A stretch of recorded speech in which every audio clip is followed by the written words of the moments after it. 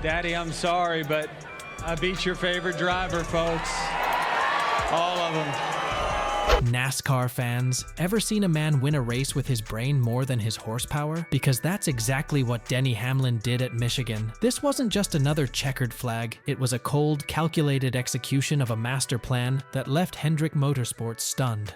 And William Byron running on empty, literally. While HMS had the field covered on pace, Denny Hamlin was lurking, saving fuel, studying Byron's every move, and waiting for his perfect moment to pounce. William Byron led 98 laps, Kyle Larson was lightning fast, and Carson Hocevar was gunning for his first win. But Denny? He started 11th with 20 to go, and never lifted. And when that moment came, he didn't just pass his rivals, he flipped the switch, pressured Byron into a mistake, and cruised to win number 57 with fumes in the tank and fire in his eyes. And when the booze rained down, Denny, flashing that trademark smirk, said, "Daddy, I'm sorry, but I beat your favorite driver." What we witnessed wasn't just a race. It was a psychological thriller starring NASCAR's ultimate villain and genius. Denny just reminded the world why he's one of the smartest, most polarizing drivers NASCAR's ever seen. Buckle up, because this one wasn't just a race, it was a Denny Hamlin masterclass. Let's set the stage. Michigan International Speedway, a place where Hendrick Motorsports has been throwing everything but the kitchen sink, trying to break a decade-long winless streak. You had William Byron and Kyle Larson locked in, fast as lightning, dialed in for domination. Byron led 98 out of 200 laps. Larson, right there in the mix. Chase Briscoe started on pole for the third straight week. It was shaping up like a Hendrick party up front. And then there was Denny, the 44-year-old veteran with a chip on his shoulder, a fuel calculator in his brain, and a fan base either cheering or booing their lungs out. Hamlin started mid-pack. He restarted 11th with just 20 laps to go. But that's when the real story began. See, everyone up front was running scared. Carson Hocevar, Michigan native, chasing his first ever Cup win, was leading the race but was told straight up, "You're not gonna make it on fuel." Byron? Same thing. His crew knew it. He knew it. The only hope was to slow it down, to save, to stretch every drop. But Hamlin? Nah. That man had extra gas and zero chill. With 25 laps left, he flipped the switch from cruise to kamikaze mode. He wasn't lifting, he wasn't saving, he was hunting. One by one, he picked off the competition. Hocevar's dream went flat, literally, with a blown tire. Byron inherited the lead, but had Hamlin breathing down his neck. Now here's where it gets wild. Hamlin didn't just pass Byron, he broke him. Denny Hamlin later broke it down. He wasn't just racing Byron, he was studying him. Close enough to Byron, I saw his part of the racetrack where he was most vulnerable, and I just started setting up how can I get as close as I can to him at that vulnerable spot of the track, and then use aerodynamics to my advantage versus his. And that allowed me to get up beside him, surprise him into turn one, down on the bottom, and get him off the bottom and go side by side and take the lead. What? That's not racing. That's chess at 200 miles per hour. He figured out Byron's weakest zone, used side drafting to rattle him, pressured him out of the groove, and then boom, surprised him into turn one, slipped underneath, and stole the lead with 4 laps to go. At that point, Byron's tank was bone dry.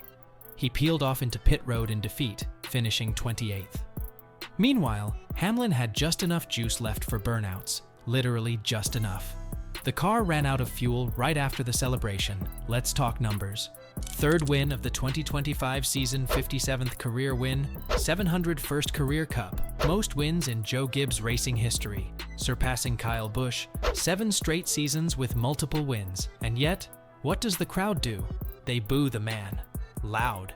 So what does Hamlin do?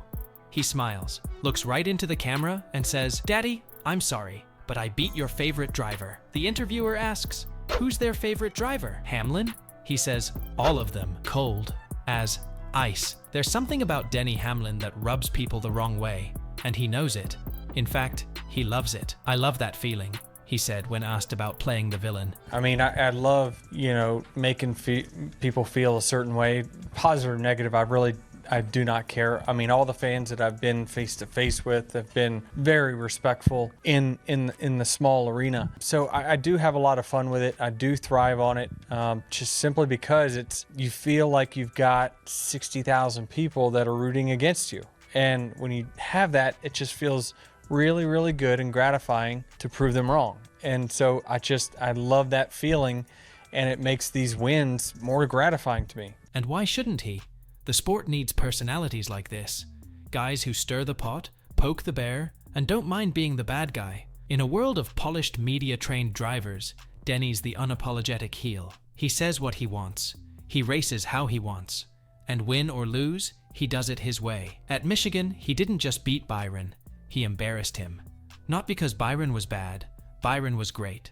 But Hamlin was just better and sneakier. Let's not forget the chaos behind the calm. Alex Bowman got wrecked hard.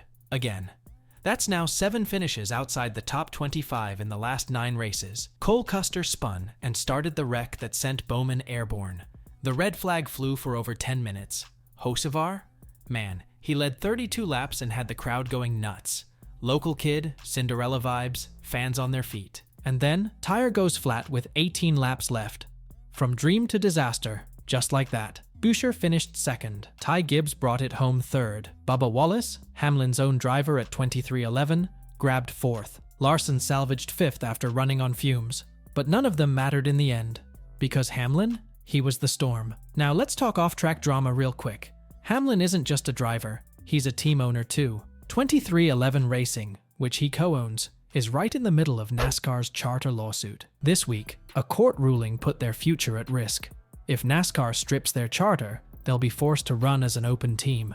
Less money, less security, more pressure. But Denny? He's standing tall. That's leadership. That's confidence. And that's a man who's not backing down. This win wasn't just another trophy. It was personal.